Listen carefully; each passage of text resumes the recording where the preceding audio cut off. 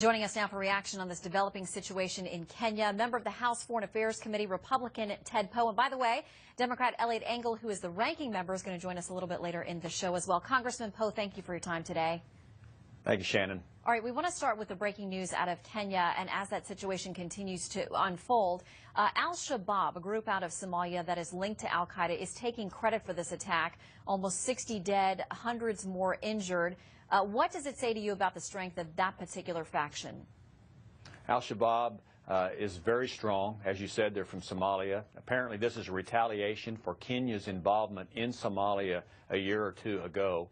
This is very well organized, planned, no telling how long, but it's an Al-Qaeda operative. So it should tell us that Al-Qaeda is still alive and very active in North Africa and other parts of Africa. And Al-Shabaab is one of those terrorist groups that is retaliating and showing some, killing folks in the name of radical religion. All right, I want to transition to another topic you've been very involved with this week, several hearings on the Hill regarding Benghazi. We want to play a little bit of a snippet of what you had to say in the midst of one of those hearings this week. It would seem to me that the president should be just as concerned about Americans dying in Libya as he is about Syrians dying in Syria. Congressman, do you believe that the president is not truly as concerned as he should be about what happened in Benghazi and getting to the bottom of the truth? The proof is in the actions. The president said right after the attack and the murder of our ambassador and 3 others that this was a priority, but yet nothing's happened. No one in the administration's been held accountable for their incompetence in leaving 4 Americans behind. And just as important, nobody's been captured.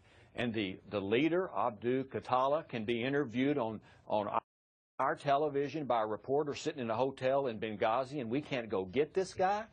So it shows that the credibility of the United States in capturing people who murder Americans is very weak with Americans. And so let's hold people accountable in the administration, State Department, and more importantly, go after the bad guys. This country can do that. We just haven't done it. The president seems to have a priority somewhere else other than capturing these outlaws. Well, the president did mention what we believe was supposed to be under seal or secret to some extent, the fact that the Justice Department has indicted specific suspects in this particular case. Is that, for you, at least a sign of progress moving forward?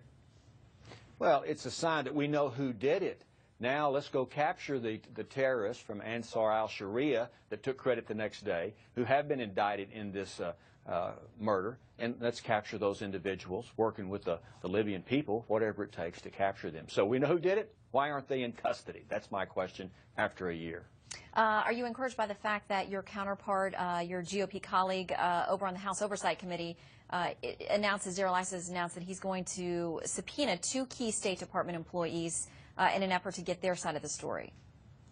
Well, yes, Benghazi's not going away, no matter what people want or say that they wanted to just move on down the road. It was a long time ago. I think that was the word from the administration.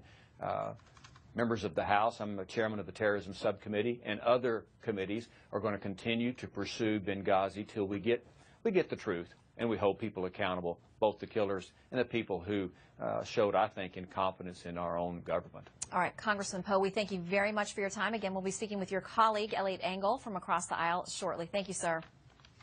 Thank you, Shannon. Well, it's being